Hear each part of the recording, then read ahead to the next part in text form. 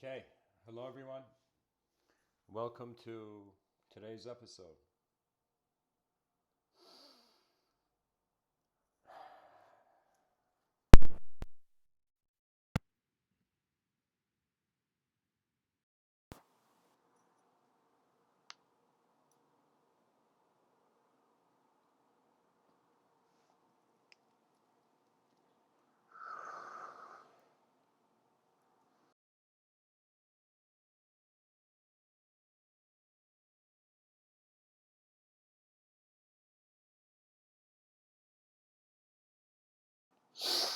Okay, a vision beyond form. What is the value of human life? And so when we really look at the human life, we see a life form. We see a human being. And when we really stare at the human being, how to say, we conceive dimensions. There is a human aspect which has to do with design. Somehow, strangely, evolution is the continuity of a certain design of wakefulness. So there is a human being, there's the design, the human aspect, and then there's the being part. How consciousness is present, how we're just here before we do anything. So it's as if there was being first and then the human extended.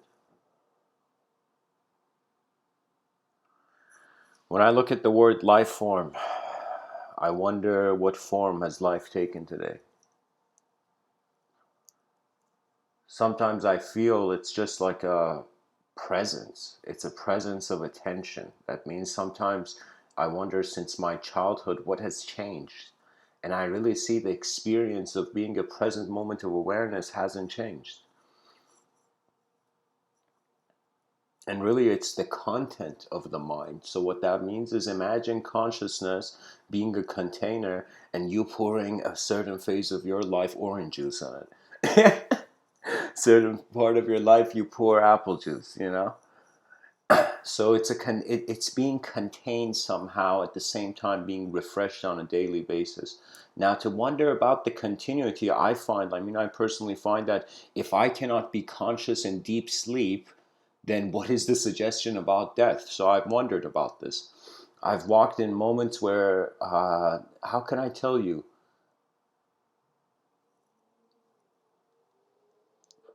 Sometimes life cannot make sense when it's a collaborative movement. What I think I've noticed is that the more the person is alone, their reality is being defined with the production and the generations of their own mind. When they are with others, it suddenly brings in unknown factors. So I can kind of now explain a certain, in my life, I don't consider myself either an introvert or an extrovert. That concept doesn't make sense because I feel the mind is oscillating between certain states. In an emergency, the person needs to be saved from a fire. Guess what? You're not an introvert there. Like imagine an introvert who can't get out of a burning house. It's like, I'm too shy to save my own life. Really, it's about responses to various moments, the importance and the significance of it. I find a person may withhold reality. Most of my life, I was very quiet, a very silent person. There was a long time I regretted that silence because I felt I had missed out. But I realized that life moves in so many ways, so many unknown ways. That means what is knowledge? It seems to be a sort of process. And when we look at people in today's world, the consequence is more of an obsession than the process. People, they don't really care about how to do things. They want the results. And when it's as if like that comedian, who was his name, Ronnie Chang or something, he said, how is it that the internet, the source of all information to some degree, how all this information can make people stupider. It doesn't make people stupider, it gets rid of the need for the process. That means back in the day, the person had to travel to sacred libraries very far away to access a certain data, a certain bit of information.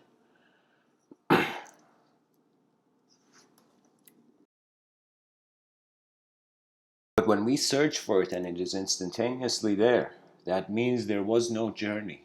That means many people are living as if they don't want to go through the process, but they want a certain consequence.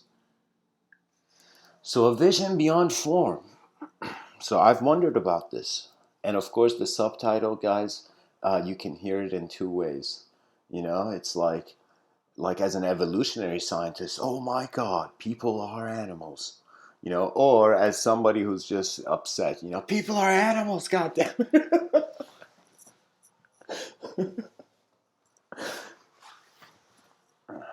It's fascinating as multidimensional the technology of language is. It is also multidimensional.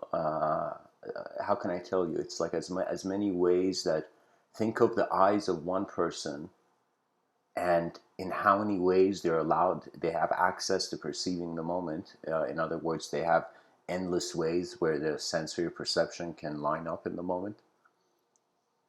At the same time, how many people are there? So you see, the failure of the civilization so far, or I consider failure to be inefficiency, and the inefficiency of the civilization so far has been a sort of wrong acknowledgement of mind. We have not dared to go beyond what we cannot control or contain, and that's the limits of knowledge. So what has happened is I feel it's the economical system, just the fact that like people are dying for currency, literally. I don't know. I feel like sometimes I wonder and I ask myself, in some way you got to respect your ancestors, so you got to walk in their shadows. But at the same time, you got to find the light of your own life, you know?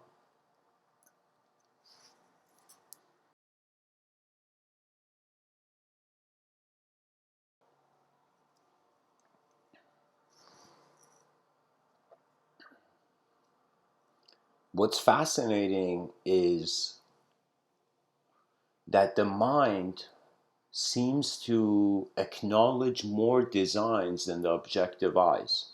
That means I can understand throughout the day, all right, I'm walking and I see, for example, a tree. All right, I saw a tree. Then I get like an idea, oh my God, the tree of knowledge, how the roots of intelligence on this planet are in a soil that we cannot see. So for example, just by seeing that tree, various thoughts sprouted. And this for a long time made me kind of be curious, kind of reverse engineer my own abstraction into its source, into the realization that it's really attention driven.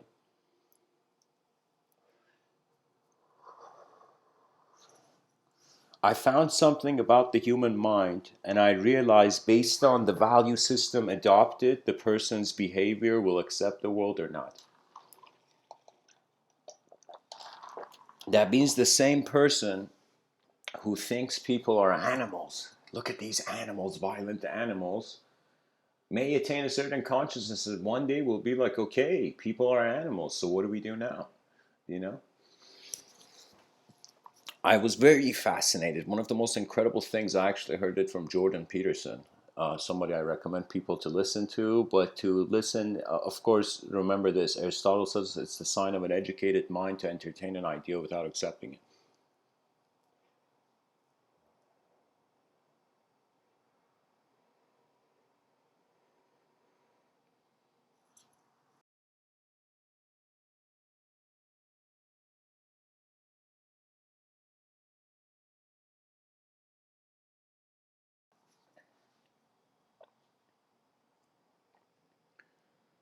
The voice of man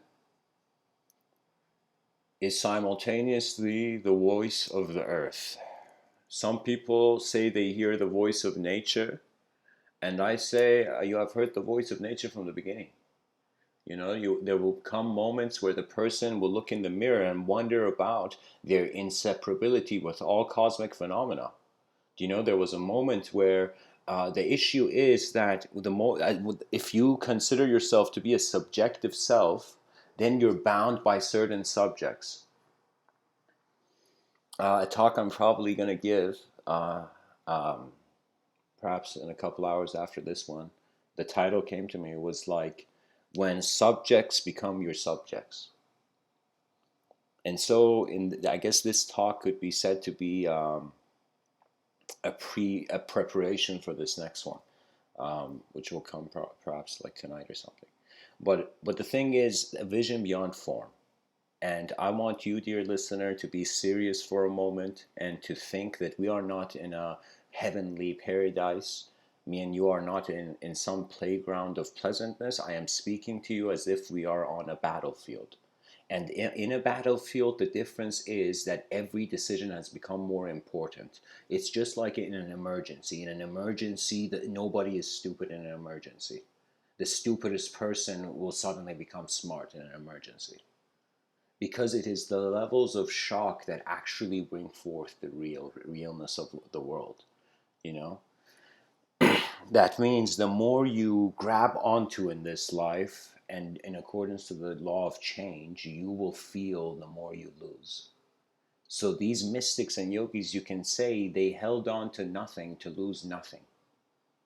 And really, that was a way of at least trying to take the experiencer to a sort of eternal stasis. Now, what I've found is that any moment a person reverse engineers through their own psychology, it suddenly appears as a tunnel of dualities. This is a very important idea. I'm not joking. This is one of the most incredible ideas. That your life has an axis, has this giant main axis, and then all the other axes are in accordance to that. I call this also the person's principal universal philosophy. That means it's like when you ask a person, "Hey man, so what do you think? What do you like? What do you see in this world?" And the person tells you, "I see this, this, that, this, that." You know,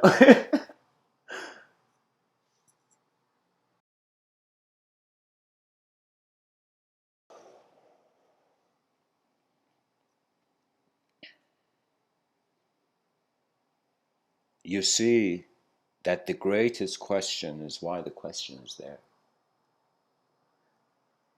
The issue is that it's not that there's no such thing as divinity. It's kind of like your existence is the suggestion of something here rather than nothing. And so it's strange, guys. I get as much motivated from my own non existence as my existence. And of course, based on this sort of view, in various social settings, I find myself personally kind of, how would I say it? You enter the void and you become the witness of the void. And when you witness the void, no longer phenomena is conditional for you. So your imagination, your subtler, your subjective self strangely just gives itself freedom. The archetype breaks itself before the objective realm changes.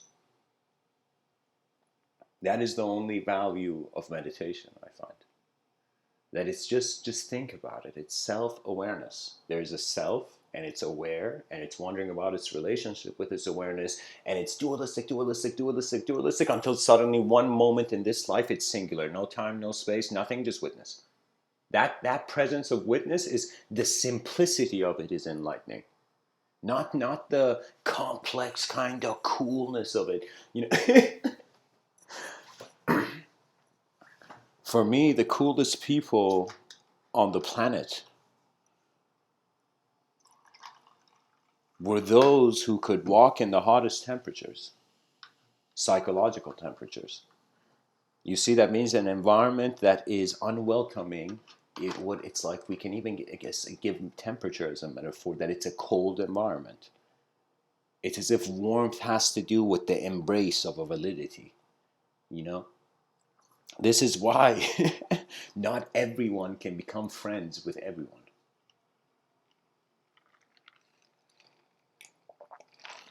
Only you can only, it's like there was this saying, what was it? It said, if you want a friend that's um, flawless, you'd be friendless. I think Attar of Nishapur said that.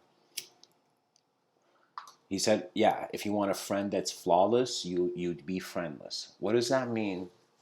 And even if you go see what Bertrand Russell, this very notable atheist, his kind of message to the future generations were, he kind of put it in two modes, where he said the intellectual kind of advice he's giving the future generations is look for the fact, look for facts.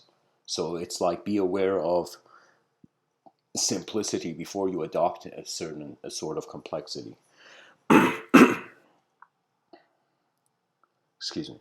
Um, the second thing he said, the moral advice he gave, was that in order for the civilization to progress, Bertrand Russell was an incredible mind, guys. Like, some people, you don't even care about their ideas. It's just the strangeness of how their intelligence is evoked. So when I was looking at Bertrand Russell, his advice was one of charity and tolerance, and he was wise. He was very wise, because he said that it's like, think about it, the world is becoming more interconnected. As it is becoming more interconnected, people's personal realities are going to collide with one another more. Do you know? As people's inner realities collide with one another, inner realities are, it's like you can say most people's objective truth orbits around their personal truth. Very few people truly, their subjective truth orbits around their uh, objective truth. You know, because we all want something out of life, the subjective realm is active. The only way the subjective realm, it's not that it becomes inactive. What you become aware of it is by realizing what is seeing now is not known. That's it. It's realizing there is an unknown presence, and contentment with this unknown presence is the greatest psychological stability. That means forget all antidepressant medication. I don't know what doesn't even make sense. You know, I mean, I do understand people may go through certain suffering and they may not have the patience or the audacity to wonder about their own problems as through their own eyes, because you got to realize, think of it this way. Think of it as if right now, as I'm speaking, I am limited to my sight. Okay, that means I realize, oh my God, nobody has my eyes. I only have my eyes. Even the concept of is dependent on my eyes. You know.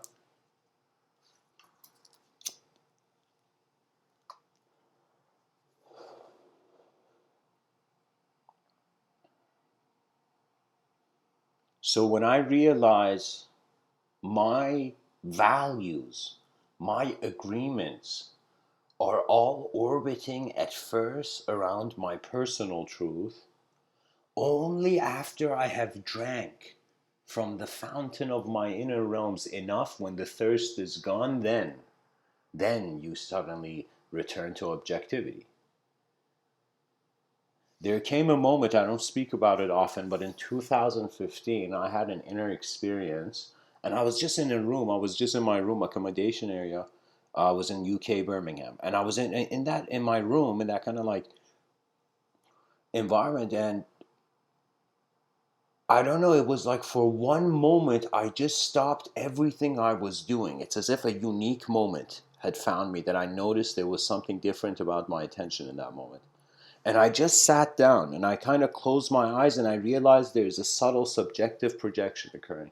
And I kind of just stood there, and it was such a significant moment of my life, where it was as if my intuition was polite enough. It's as if the logos it was strange. It was as if I reached a point where I reached a certain, in my inner realms, a certain door. So I'm just sitting there, I sit down on the couch, and I'm just experiencing this behind my eyes. Now, and my eyes are closed. As I'm experiencing this, what is that vision? That vision is, I am going, like I'm in some strange cave, and there is a door in the cave. And I'm just standing there, and I see few beings just coming in and out of this cave. Okay? It's as if like the cave is like some airport to the edge of the world or something.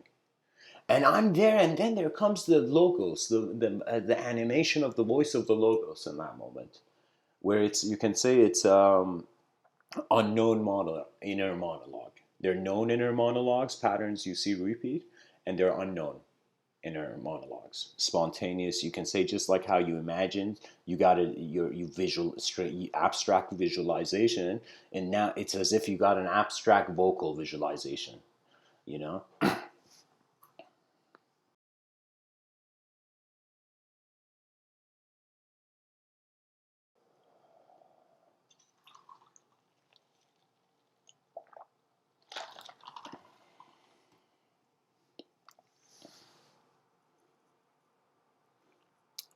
In that moment, the kind of intuitive voice of the logos behind my eyes was saying something like, it was something like, if like, you don't understand how much different beings are different in their subjective navigation. Some people, they require visuals more in their subjective realm to kind of wonder about that state. Some people emotionally navigate. That means, for example, in all my memories, I remember their emotions I had in those memories way better than I remember some of the visuals in those memories. And when I remember the emotion is just connected to the moment, so all the details come rushing in, you know? But what I'm saying there is that in that instant, I kind of realized I have reached the door where my intuition was telling me it's as if you're done. Your life is done. Not as if I'm forced to. It's as if I planted the seeds I wanted to and I was done. You know? And I remember it was such a, I called it divine feeling because that emotion was, had a rare occurrence. It was a moment where, I don't know, imagine being empty-handed but feeling as if you have fulfilled everything. And it's like I had that emotion, but then I realized it's like after you enlighten the self, the next thing is the world. The reason it's the world is because the self from the beginning was codependent to it. So it's kind of like uh, detaching from the world and then detaching the world from yourself. I think at that point the mindset would feel very simple, as if it's as if like whether the person existed or didn't exist, the moment is. You know, there's strange moments where the complexity of chaos animates more chaotic vision, more suddenly extensions. You know, there's something that chaos and order have in common, and it's infinity and the void. All ordered phenomena has to confront emptiness, but also has to confront its ability to endure. All chaotic phenomena has to confront emptiness and also its ability to endure. So when you see nobody has the upper hand, it's neither the good or the bad. Even though the ancient Greeks had this mindset of, they would say, to tame the savageness of man and make gentle the life of this world. The ancient Greeks were wise because they understood in gentleness there comes access to you unlock certain levels of innovation. That means you might not believe how much creativity has to do with the synchronization and the comfort of the inner and outer realm. That means you could be the greatest artist, but if you're uncomfortable in that moment, you're not an artist.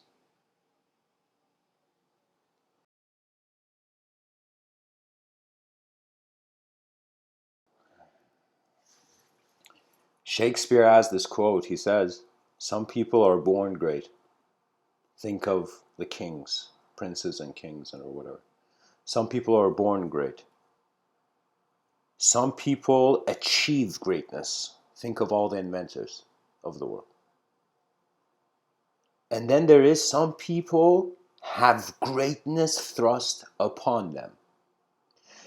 Right now, we are in a domain where some people are born great and some people are achieving greatness. If the if the inefficiency of the civilization continues, the psychology of all the modern generations will in retaliation feel greatness is thrust upon them. So there is a ratio between, uh, it's like if I tell you, if a society has more heroes, you know, imagine like we're living in kind of fantasy society like the Avengers movie or something, where there's heroes. Now we see throughout the years, let's say in a period of like 1,000 years, instead of there being one hero and resolving the situation, there has come more heroes. And so we realize the more heroes there are, the more the corruption is actually, because that is why the heroes are there. So you see, it's you eventually. I call this the scholar's final patience.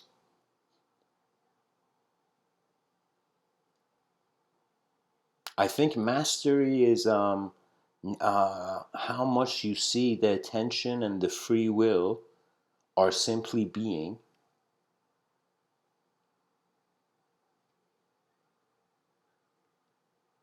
and really attention is, how can I tell you? It's like all image in reality is weaved with the string of attention. I remember having a dream once. It was a very unique dream. In the dream, I was one person running, and suddenly I literally split into three different people, and I was looking through all three of their eyes. And how it was appearing subjectively to me in that dream state was, it was as if the screens were connected to one another.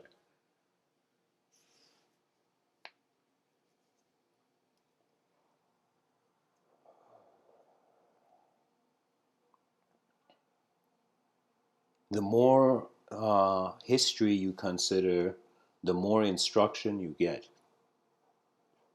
The more you learn about your ancestors, the more dimensions you begin to kind of see about modernity. I looked at many of my ancestors and I felt that they had to deal with what was given to them. Just like in poker, a hand is dealt, the experience of the moment that your consciousness, conscious wakefulness finds itself, this is the hand you're dealt. And so, what does the person do? Does the person fold, go all in, you know, wonder about certain elevation, certain intensities of commitment?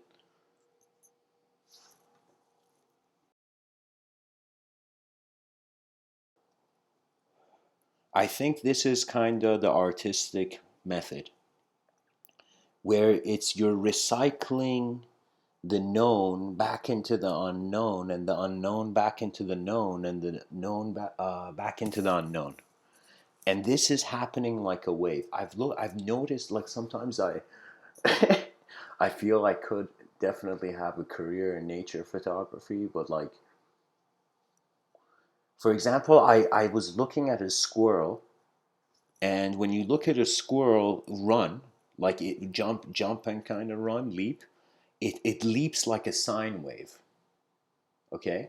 And when you look, it leaps like a, vertical sine wave. When you look at a snake, when you look at a snake, you see the snake go like a horizontal sine wave. And then it made me for 1 second forget the body of every animal I have seen, and just to see patterns of energetic sine waves, like like kind of oscillating energy patterns. It made me suddenly realize, holy shit, a creature is not just a particle in a field, it's a rhythm in a field. I speak about something, I call it the winds of evolution. These are how the civilization's inner realms are going to allow it to access greater collective rhythms.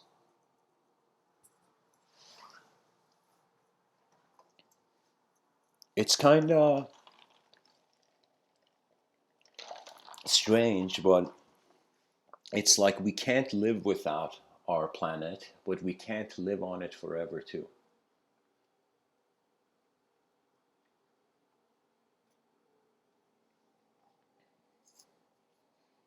Life is like the same one canvas, and everybody's painting it in their own way. Just imagine, like me and you look out the window and we're like, what is that? And we see their doves, white doves flying in the air. everywhere around the world. We look, turn on the TV, breaking news, breaking news.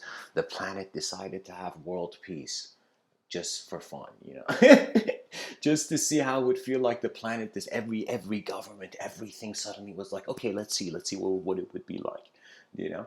And so imagine there was complete world peace. You could walk anywhere in the world, no longer violence, no longer fear. Imagine there was technology also developed, just for the sake of this context, I'll say, like, imagine you wouldn't get sick, and we found a very special way of navigating out of the physical life, not just letting the person die, you know? Like maybe we found something else. But anyways, I'm just saying, in that situation where there is pure peace, do you know what that would mean? That would mean, for the first time, all of people's inner realms, inner creativity, will suddenly open the door, look outside, and see it's safe. And that's when genius rhythms of your own life appear.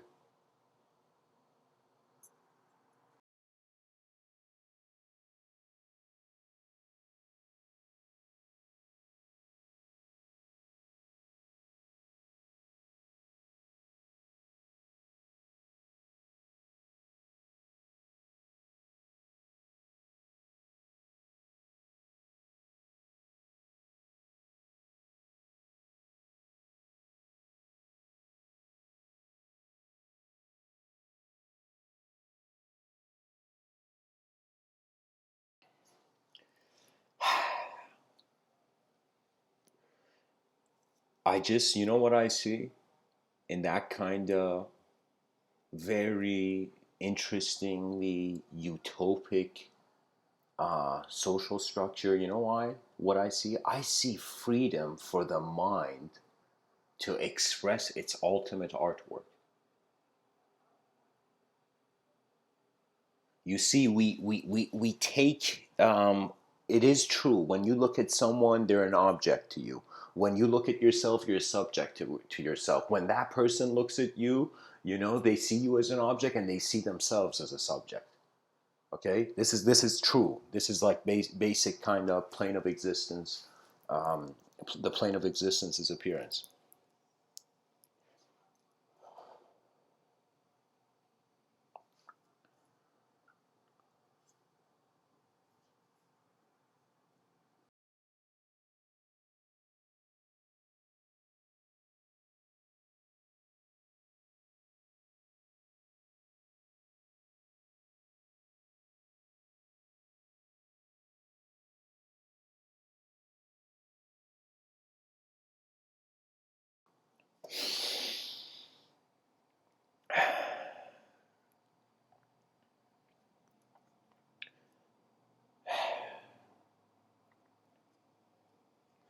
Why does a temporary creature have free will? What can 8 billion temporary creatures with free will do on a rock in the middle of nowhere? And how do we color the world for the future?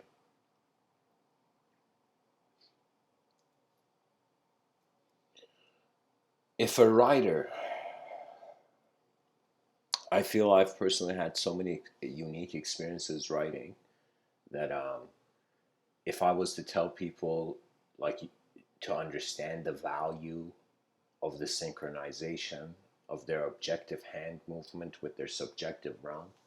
You see, the conscious mind is like a chemical, and when it goes to explore the unknown, it infuses with other chemicals. And there are chemical reactions which transform the nature of the rhythm. So you start off as being a thought in space, then you become a rhythm of a kind of multiple faculties at the same time. So what that really means is, I noticed the nature of reality has changed. So everything anyone has ever told me is something that is also changing.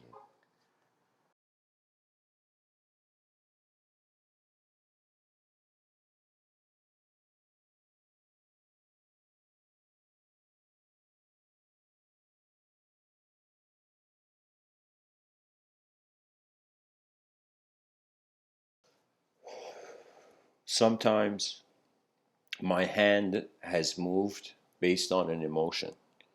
Like in the moment, I just had an emotion where it instantly translated into a sentence. There's been times where I've kind of step by step designed the architecture of what I wanted to write. Language for me is a hidden city. Underneath each word, there's a hidden image. And that hidden image is the attempt of your experiences to entertain the world into animation, into meaning. There's a story of young Rumi. Rumi is a Sufi mystic poet from 700 years ago. From Persia, and Rumi, he says, I mean, really, this is the story where he's by a fountain. He has a book. He's like in his mid 20s. He has a fountain. He's by a fountain. He has this science book, like a rare science book at the time, in his hand. You know, and so out of nowhere, someone who later on becomes his like mentor of the inner realms, in some sense, Shams. His name is Shams. This like Sufi kind of wild man. At this point, Rumi is not a kind of. He's more like a. He's like an educated science student. Okay. So Shams Tabrizi comes out of the forest or whatever, and back in the day, spiritual men were wanderers. They were travelers, because it seems traveling is the only thing a spirit can do.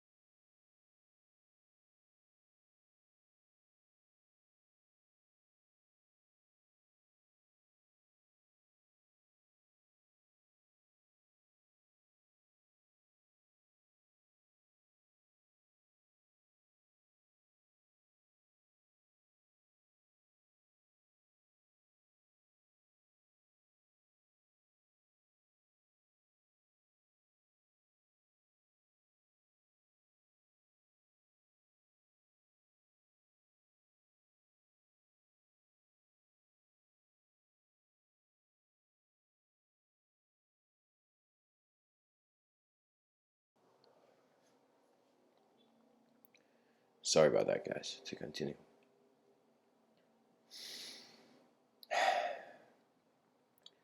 this spiritual wild man, Shams Tabrizi, walks by to where this Rumi is by the fountain. He says, "Kid," and Rumi suddenly looks at him. He says, "Kid, what are you reading?" And the kid looks at him and says, for a second, sees he's like this bearded kind of spiritual man that came out of nowhere, kind of dervish garb and whatnot. And Rumi looks at him and says, "Nothing you would understand, old man. This is the newest knowledge of the time, the newest sciences." And what he means is that he has had access, he has had privilege to higher realms of intellect that this spiritual wild man has no clue of, you know. So in other words, he's how can I say it, being rude.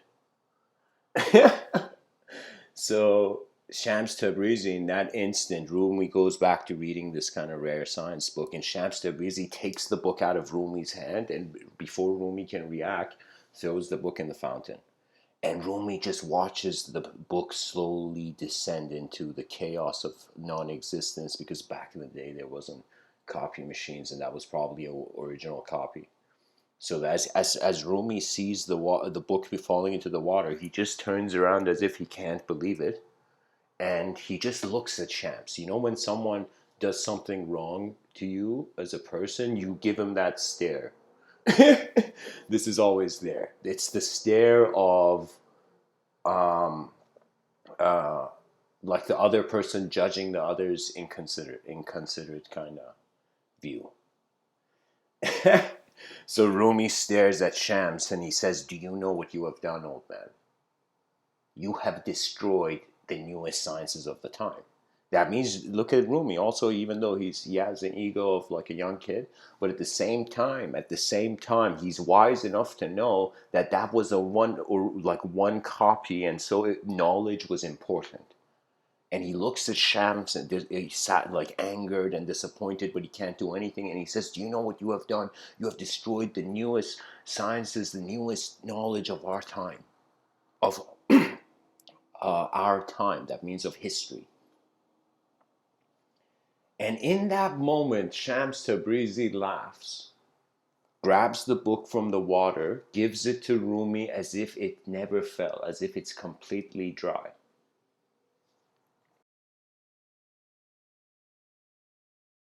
And he says, knowledge that could be wiped with water is not real knowledge.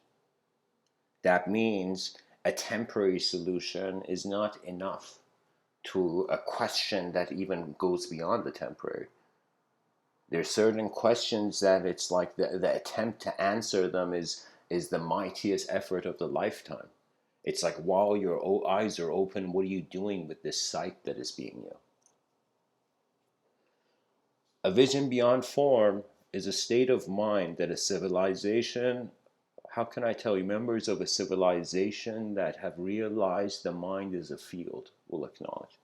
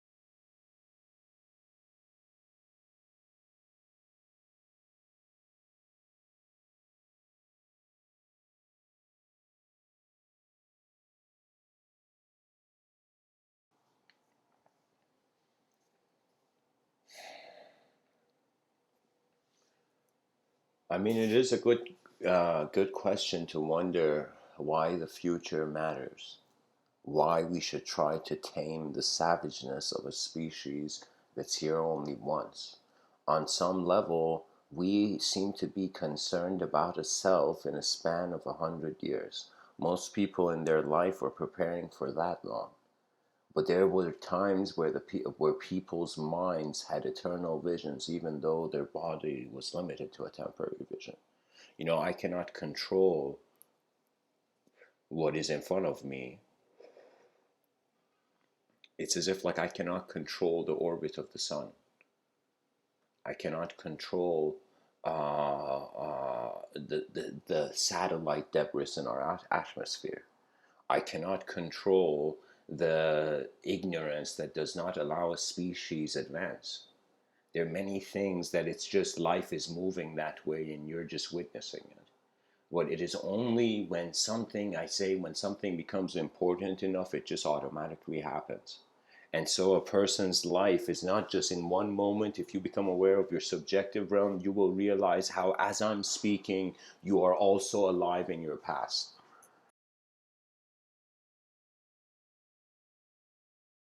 That means a person can find a sort of liberation from an archetype. That means you may feel like, for example, something is upsetting you and suddenly you may become happy.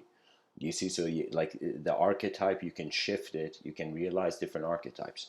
But there are certain moments where when I say your attention is caught in the past, that means, like, this is why I'm saying attention is like the god of thought, and it will always appear multidimensional to thought.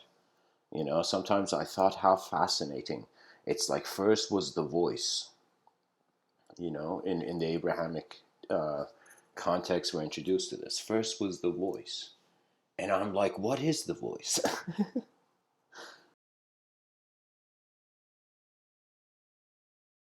The voice was the birth of the eyes of the mind.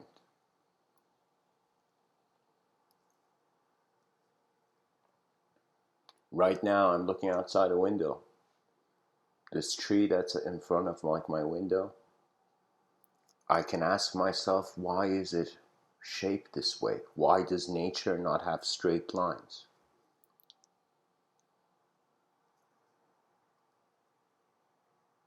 But I see that regardless of my subjective imprint upon the moment, impression upon the moment, the intelligence of that tree is irrelevant to my ideology. So this is why I'm saying it's like that I'm telling you, if you were to ask me what I believe in, I'm telling you I don't believe language holds the truth. I feel language is a technology or at most a tool to navigate towards more truer realms, as if the whole task of all psychology and philosophy was to just see what really is here.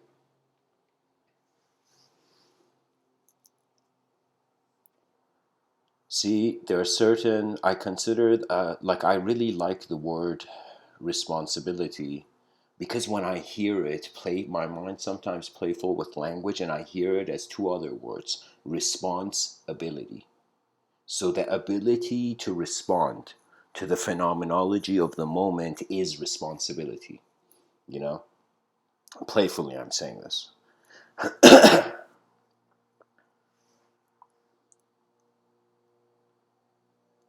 So now think as if you're wondering about your ability to respond, not to just what is physical in the moment,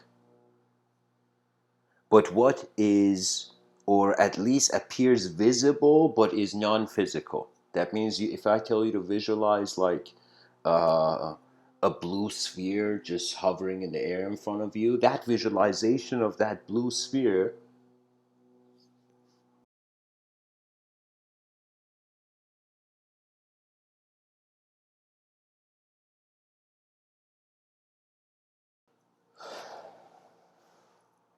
that visualization of the blue sphere,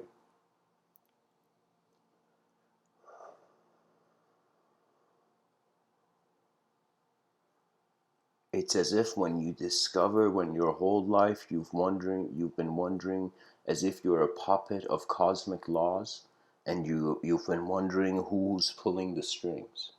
And you thought it was God, you thought it was various archetypes, you thought it was various things, various situations, various events. You know, it's as if like the mind animates various potentials only to realize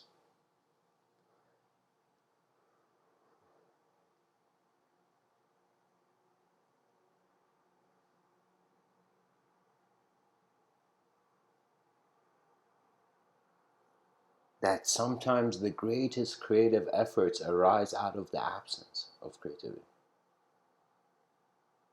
So once the person has an ability to respond to the physical reality, their physical plane of existence, then they can begin navigating and piloting their subjective planes of existence. Now, I am saying when you have this relationship that you are not a thought, that thoughts arise. Believe it or not, consciousness is awakening through structure. It's like when the person is in deep sleep, it's like there's just form. There's just a body sleeping. But when the person wakes up, it's as if the life has awakened. So suddenly there has been a light turned on, that is bringing forth an existential landscape.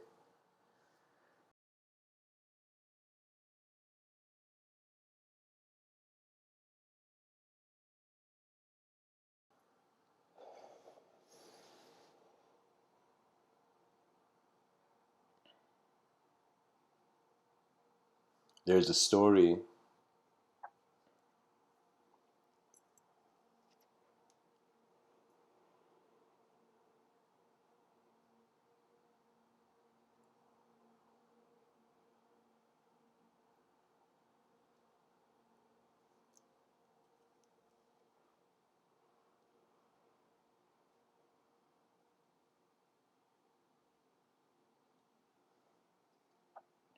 where Arjuna, this archer in Vedic ideology,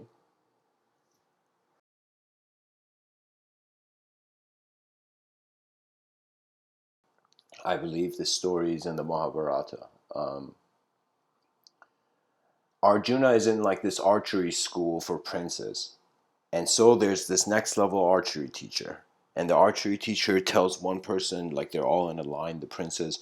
And so there is like a clay duck on a branch.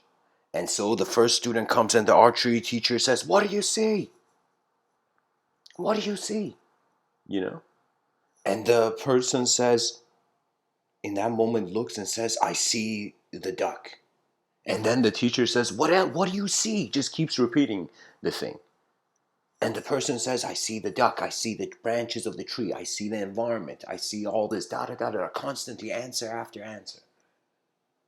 And so the archery teacher is like, "You fail, get out of here." Like out of nowhere, game over captions come appear.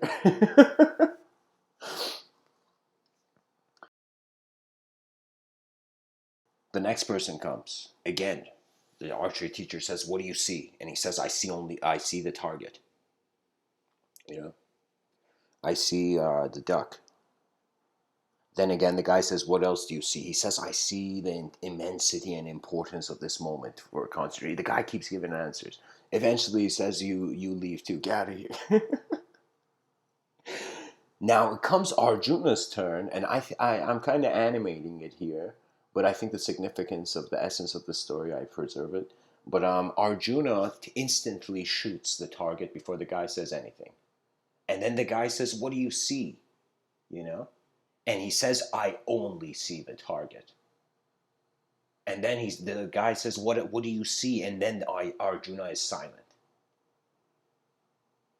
It's as if he had attained pure concentration, the pure single pointed mind.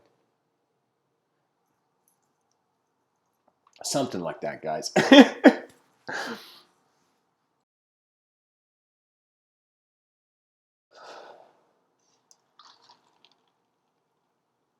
But really, the precision of attention.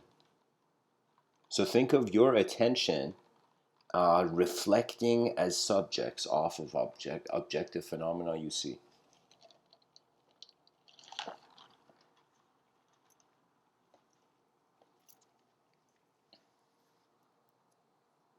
This is a good question for me to ask actually the audience, that what they feel the edge of free will is.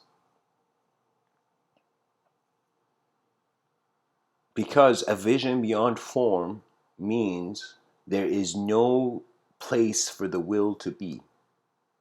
It's not the form. It's not the form that identifies the intelligence. And when we wonder, okay, what's beyond the form, we see it's the absence of form. So eventually, imagination is like various gears, kind of absence of empty. It's like you can say meaning, creativity um, comes out of a spiraling pattern collision of emptiness and manifestation.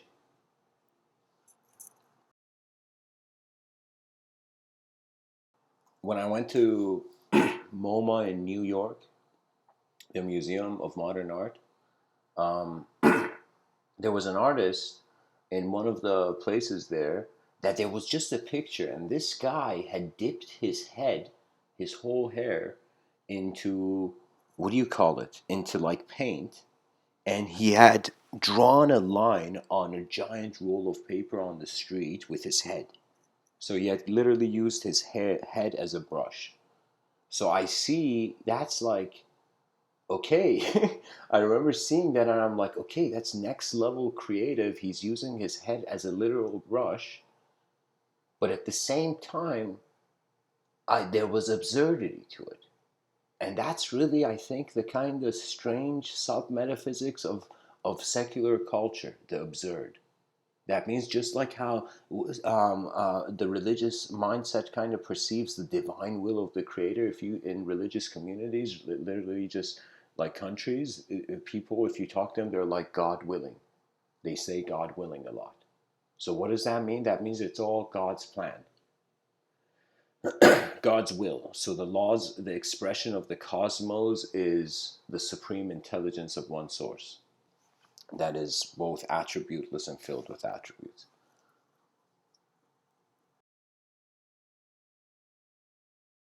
One can say that religion was an early attempt to personify the whole cosmos.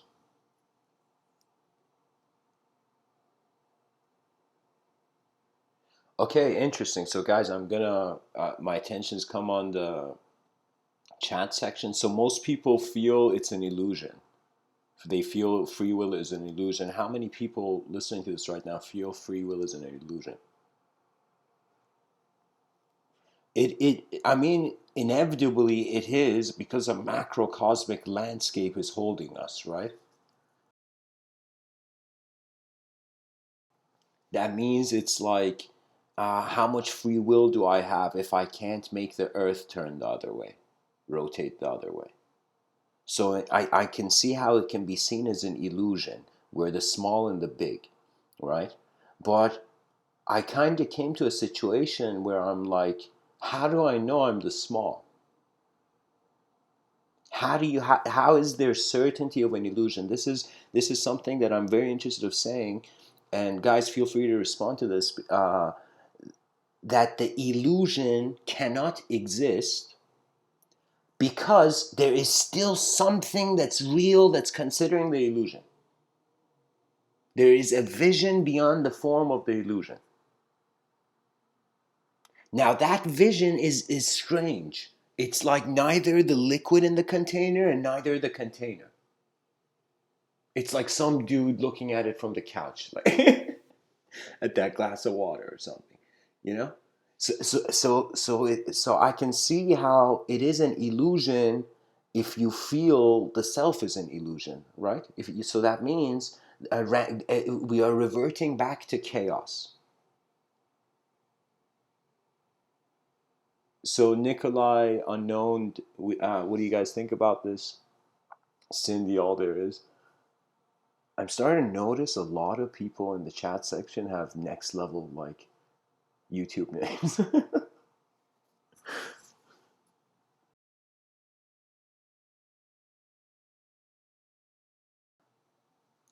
Okay. Welcome, Susan. Natural law. Okay. So, natural law, how much of it is comprehensible? What do we do with the incomprehensible? So, in some sense, do we live in the illusion or do we search for the truth? What do we do? So, if we consider free will to be an illusion, that would mean the ultimate irresponsibility. Would it not? That means not caring for anything because it's hollow. Hmm. So, guys, I'm anybody who's listening to this and maybe wondering what I'm saying, I'm responding to the chat section.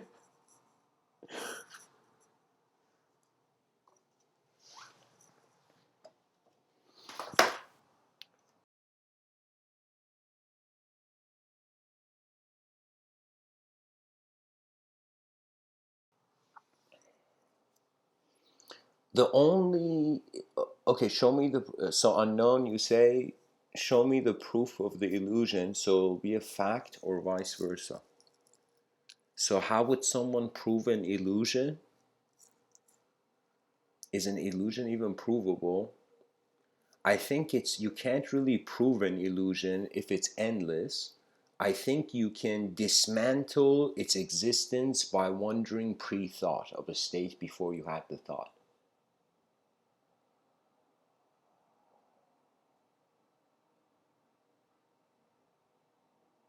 Okay, okay. So Nikolai, I agree with what you're saying, but now, right now, me and you speaking to one another is kind of like me and you being in our own worlds and stepping out of them a little bit, right? What if the personal perspective was being watched from an impersonal perspective, Nikolai?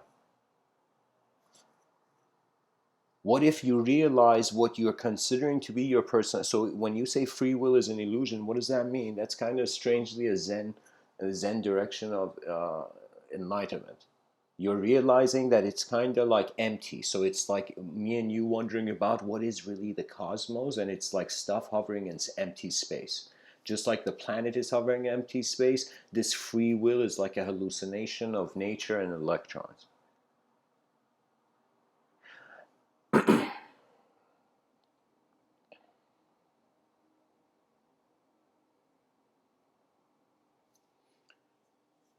You see, so the challenge, okay, so we have to go towards the previous question before we can even look at this one, right?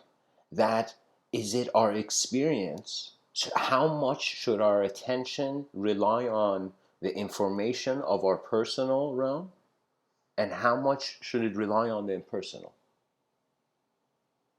So this is crucial, right? Because I think imagine I think it can't be. I think there are states. I think literally it has to do with energy levels. Like when a person is extremely tired, that moment when your head's on the pillow at night, like you're not a person then there. You know what I mean? You're just a moment being. So I can totally we can wonder why the illusion is there, where or we can wonder why the illusion is being experienced.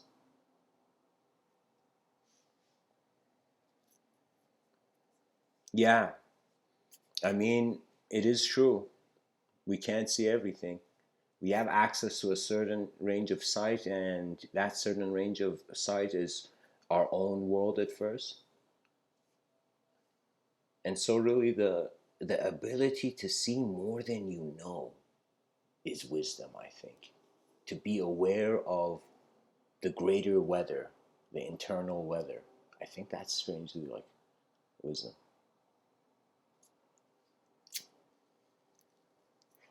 Let's say it like this. Let's say that we have 8 billion beings, people, and these 8 billion people are considering they have free will, and they're also considering that their free will is an illusion. That means you have so much free will that you can even consider you don't have it. But um, 8 billion people with free will, and their free wills are illusions, let's say hallucinations, biochemical kind of hallucinations of nature.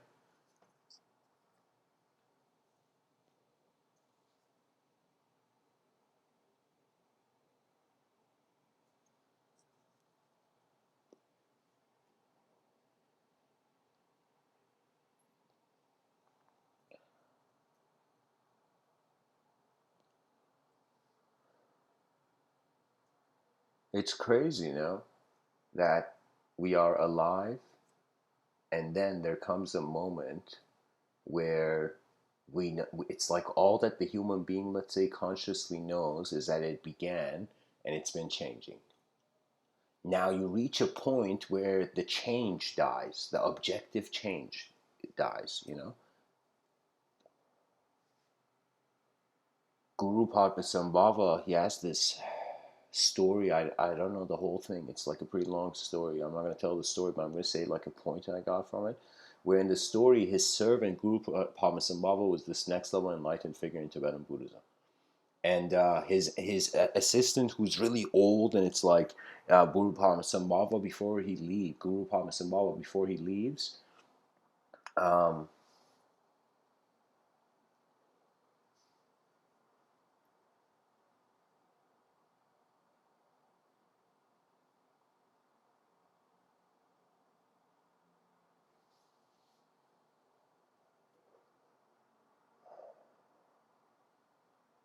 the assistant, if I remember correctly, asks and says, "Tell me the ultimate truth. I will die soon. Tell me the ultimate truth.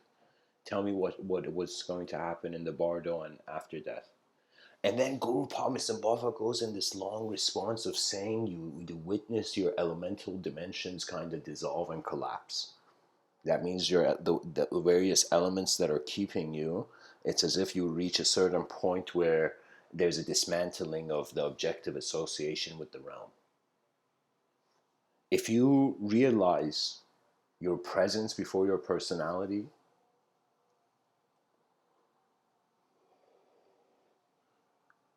um, the eyes of the world move you. So, guys, my attention has come back to the chat section. Um, so, Nikolai, you say psychedelics take the filters that your mind has created away too, so you can expand the perception, but you have to be careful with that. Yeah, I can see that. You know, for me, I see that everything is influencing uh, the neurochemistry of the person, from whether they eat a pudding cup or whether they have eats like a cooked steak. Like it's like sometimes for me, food, when a person eats food, it's not just like the food, it's also like the presence of the food. It's like what the action means to you as you do it. You know, there was an honor to behavior for behavior in the past that is now kind of rare to see. You know, the East has preserved more of it, but it's becoming more rare.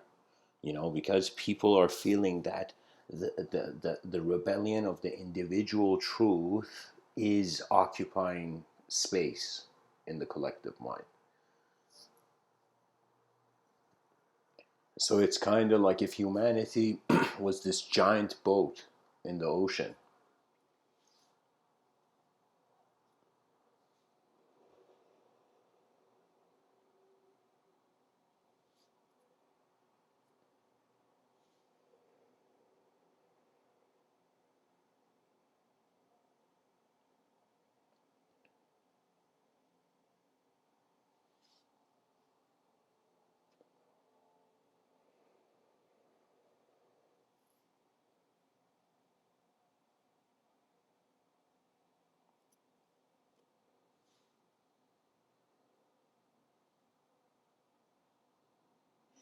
So, Nikolai, I can totally see how, yeah, it's just particles in space. We can totally see that we're just atoms being this, right? But I ask myself, a kind of through a philosophical perspective, this thing where they say it's like there was a question this philosophy professor wrote on an exam, which was why, WHY question mark, and people answered it, and only one person got it right, and he was called to answer in front of the whole auditorium, and he says that the answer to the question WHY question mark was why not.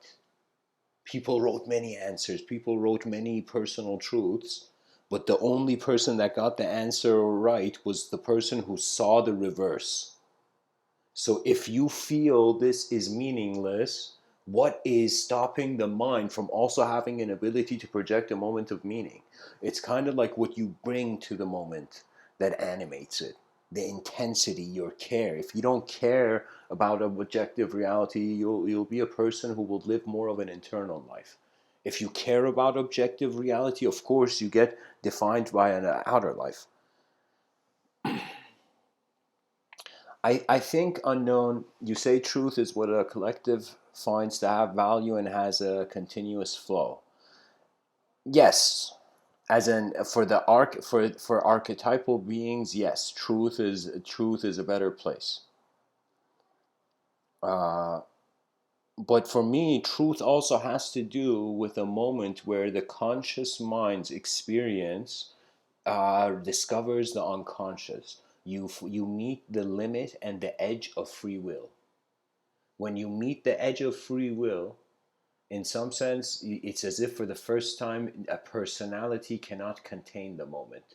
It's like if all the content of your conscious moment is the liquid in a cup again, it's as if the cup suddenly went away and the liquid is hovering in emptiness. It's when the mind wonders about its true nature and wonders if it's actually here. Is it an individual or is it a collective presence?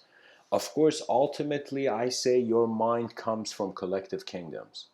But really, the body's journey is individual. So we have to sacrifice certain internal heavens, paradises, so that we maintain the objective realm. Because the objective realm, let's consider playfully, you're not an eternal being, but you're a being that lasts 1,000 years, and the human lifespan is 100. Okay, so let's say you get experience like 10 lifetimes. You're eternal for 10 lifetimes. Do you know? So imagine now you're in the seventh lifetime. Okay, so now you're in the seventh lifetime. You suddenly realize there is more, but there's also an end. So it's like in that 100 years of life, even though there's 1,000 years of continuity of the mind, the body will feel in that 100 years what is the value, and it's to use the tools that are at hand, which is the biological body. This is the artist's greatest endeavor, to not no longer create artwork, to live as artwork. Rumi has this thing. He says, "Don't." He says, "Become living poetry."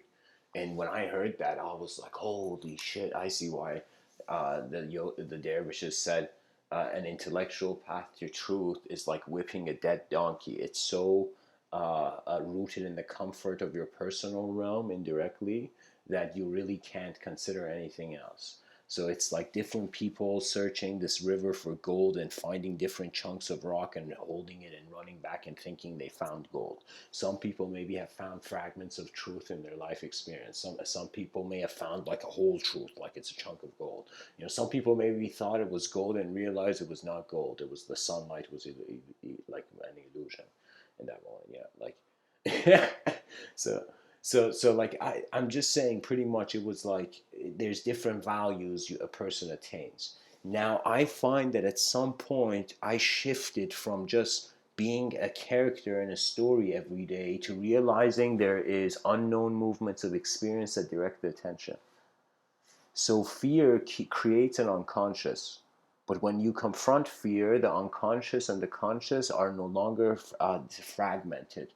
So it's like kind of like first you handle the fragmentation of the self, and then you handle the fragmentation of the world.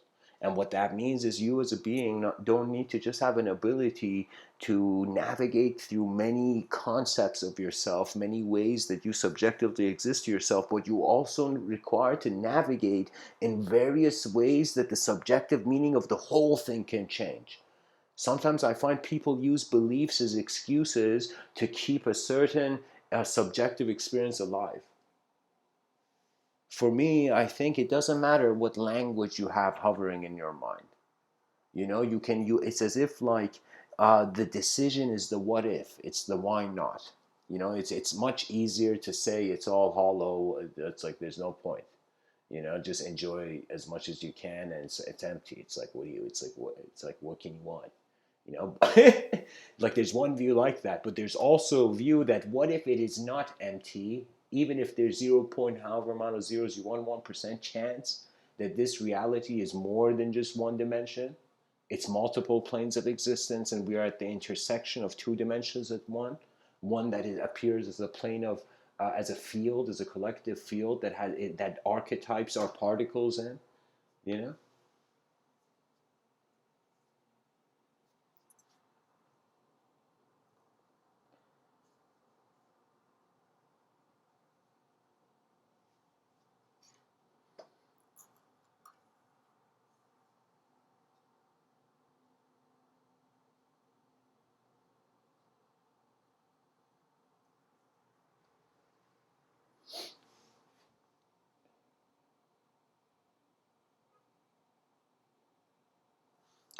Why do you think, unknown,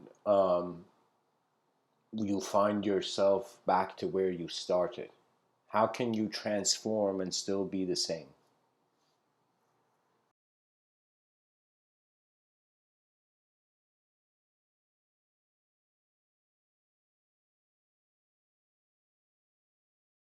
Or let me say it like this, that what thinks that it's the same, does it have an attribute?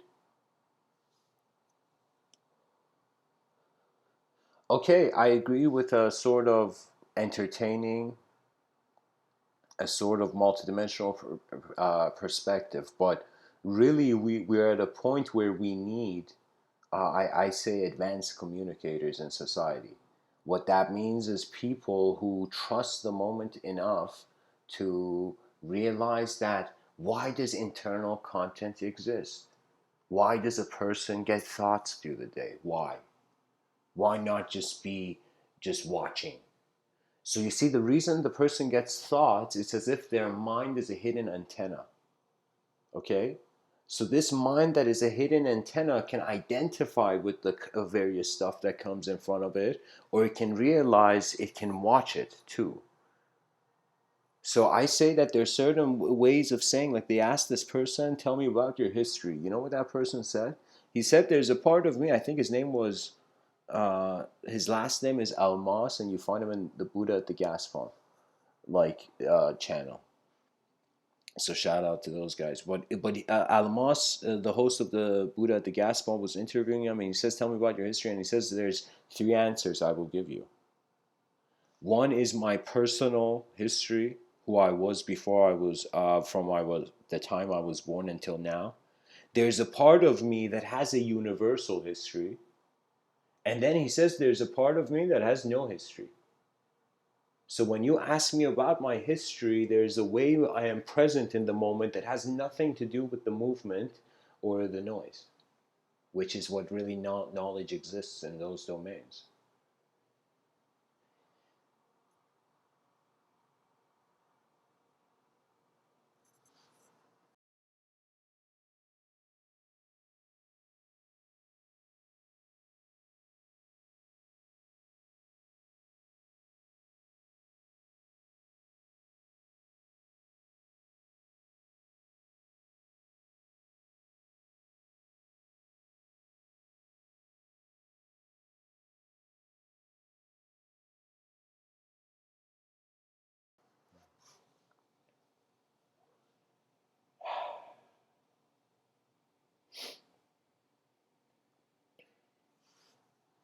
Life is incredible because as much as we process the information or sensory perception, there's more, you know?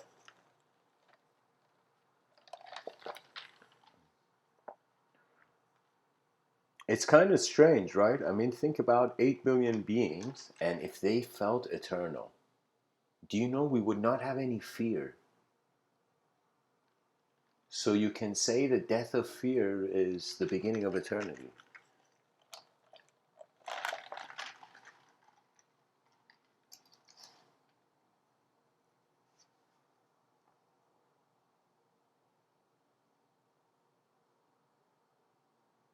You know, I was very fascinated that many people who had, like, I mean, it was just an idea to entertain, but that some people who had gotten close to death,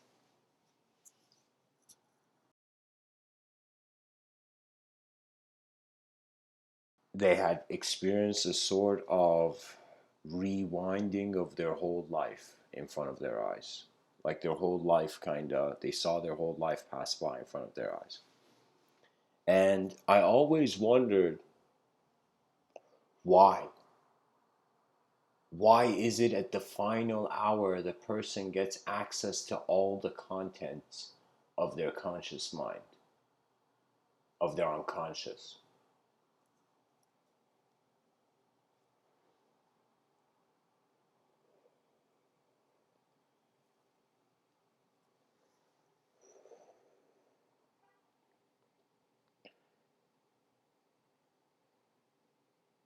It's like many people want the world to awaken, There's many, the whole New Age community lives by this. Like if one hashtag the New Age community could have is like to awaken. You know?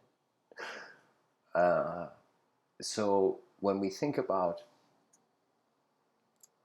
waking up and going to sleep, really, that's what the mind will experience. The mind will be its own dream, and the body, the atoms carry on to fulfill their, next task.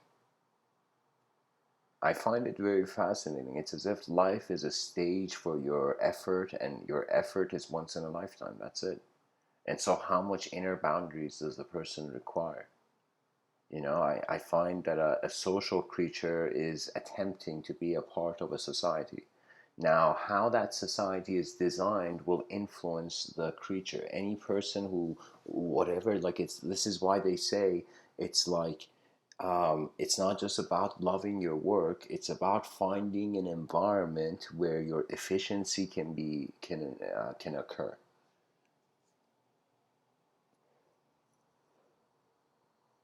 Right now, the civilization is taking from people to protect the everyone, you know. But I find there will come a point in history where there is no longer going to be governments. There's just going to be resource stations, you know.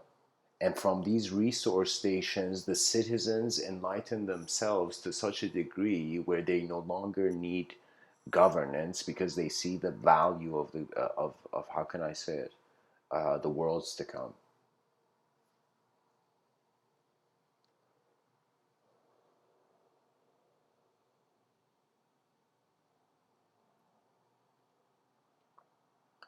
So, guys, I feel we've reached the end of the talk in regards to. If anybody has wants me to elaborate on something, feel free to share. But the last thing I'm going to say about a vision beyond form, you see, if I ask you who you are, that answer you give me is an image you trust. Now, all that Mr. Within is saying is trust, learn to trust your own experience, your experiences. It is a much more fulfilling way the mind functions, uh, where you kind of see it's like there's a subtle filterization kind of process occurring between how the inner realm has aligned values and how the outer realm is. That means it's like you can say the beginning of kind of wisdom is strangely being aware of what you are and the limits of that. So you realize, okay, you're a certain defined creature to this degree, to this point in time. Okay, now this certain defined creature has to first acknowledge that there's a limit to its perception, then it has to acknowledge that when it sees something beyond its limits must not contain it. So what that means is you begin listening without a context. So every concept is becomes illuminated in your direct experience of it.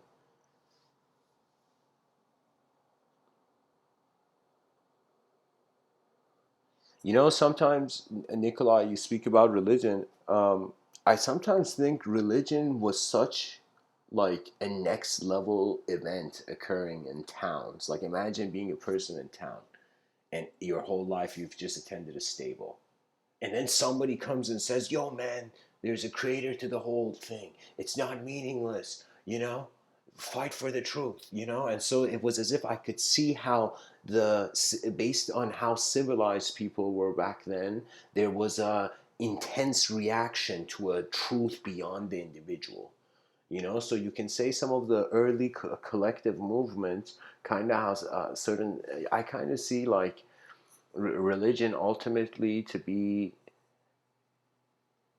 an attempt to abide by what is true, but the issue is that it's also 6th century artwork. So it's like it's all about judging. You want to judge the artwork, or it's like everything is kind of like artwork in existence.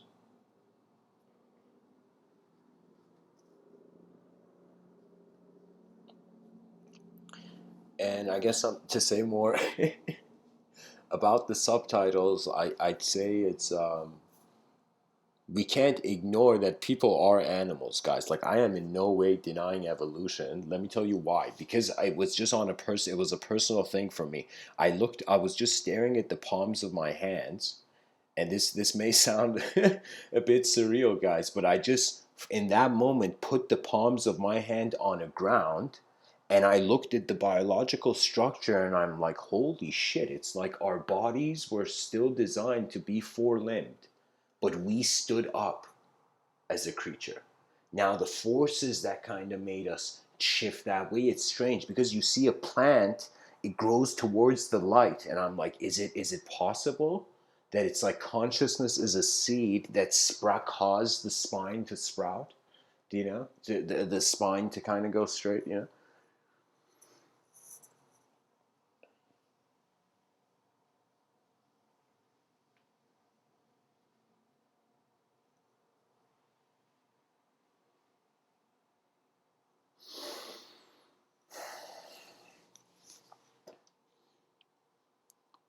If people are animals, and we say the animal is an is in an evolutionary process, then the person is always an unknown animal.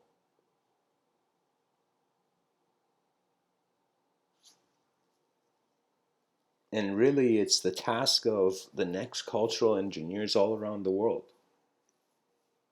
that we become responsible for the content, for the subjective content we perceive, and we realize that there's an ability to decide what to act upon. There has been moments where I playfully say where I was so enraged that it's like in my subjective realms, my hand had raised to kind of hit someone, but it's as if right there I cut the thought off. You know,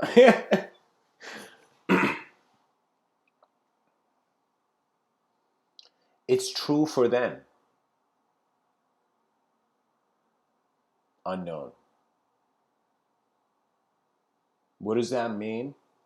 That means it's how their eyes have opened to the world. Ultimately, no person, you think two people beside Buddha saw the same Buddha? You think two people in no, we're not clones of one another.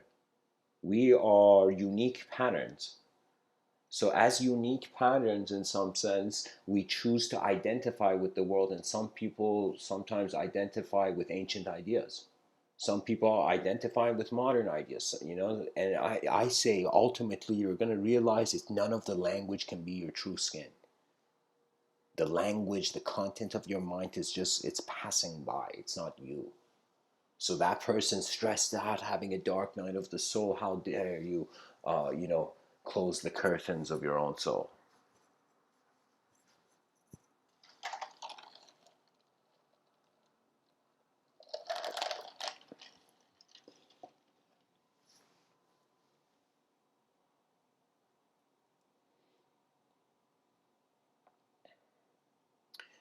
I think, guys, this is a habit I personally have.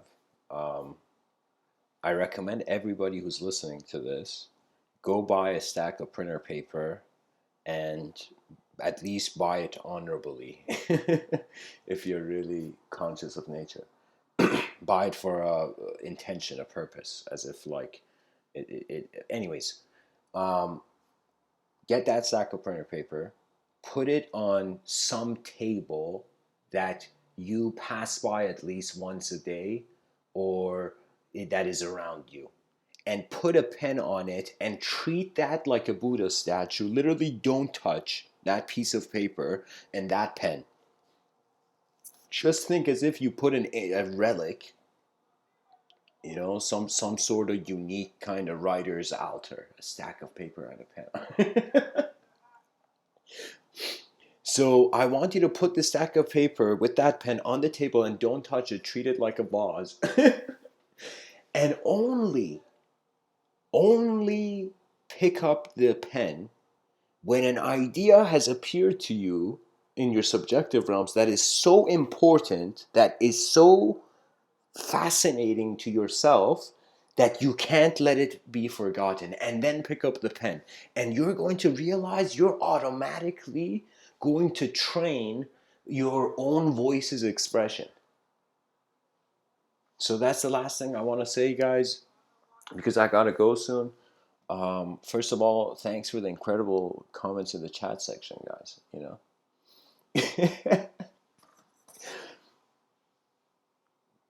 I'm not sure what you're referring to on.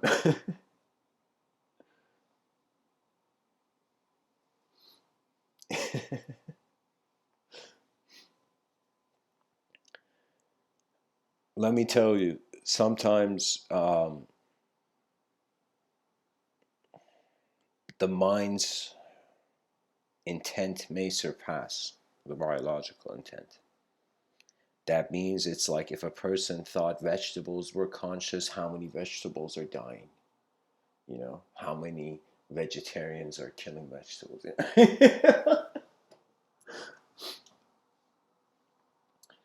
but, but anyways, guys, thanks for tuning in. Of course, everything I say, please enter, as Aristotle says, entertain. It's the sign of an educated mind to entertain an idea without accepting it. Because ultimately, I find everything is reflecting your own experiences. So it's only when you can kind of let the waters of your experience settle and the waters of your objective and subjective realm settle, and then it's as if you have no choice but the kind of true true sense of you kind of occurs.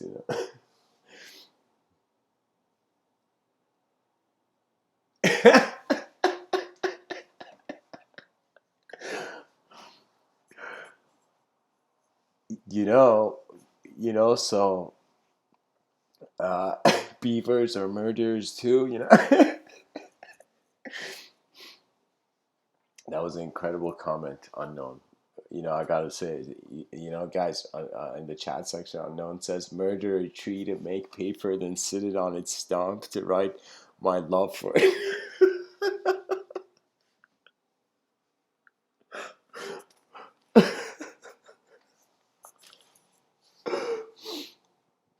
Hey, man, even the moon has a dark side.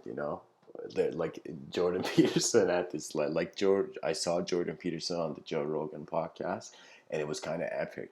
And Jordan Peterson was looking at Joe Rogan, and he's like, "Carl Jung, he says you gotta confront the monster." And Joe Rogan's like, "Whoa." And of course, Jordan Peterson is making an incredible point that there is the shadow to every moment. If you want to get enlightened, you got to be also considerate of the shadows your mind projects. And the shadows that your mind projects could at times appear as loops. You know. So, anyways, guys, thanks for tuning in. And a vision beyond form, a life that is no longer unconditionally the form, but conditionally aware of the form. The true form of life, or the true life form. A being where its mind is also its home. So anyways, guys, thanks for tuning in. Much blessings and namaste.